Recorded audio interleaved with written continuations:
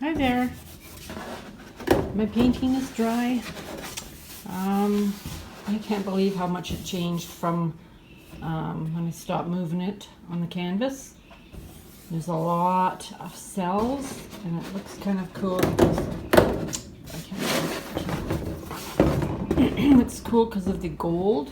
I just lift it up like that, you can see the gold. I will bring you in for a bit of a close-up. Put it down so it's not shaky.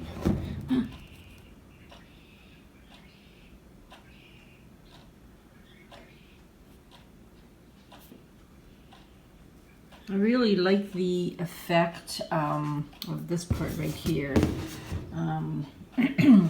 But I think this painting looked a lot better right after I stopped moving it. I really wanted it to stay that way, but it didn't, obviously. So anyway, it's not too bad. Kind of cool looking. I wasn't really going for the cloudy effect. I just wanted to try some different colors and do a swirl, but because I had the satin enamel in the white, it gave me this effect. So anyway, thank you for watching my video. Hit the bell and subscribe and hit the like button if you enjoy them.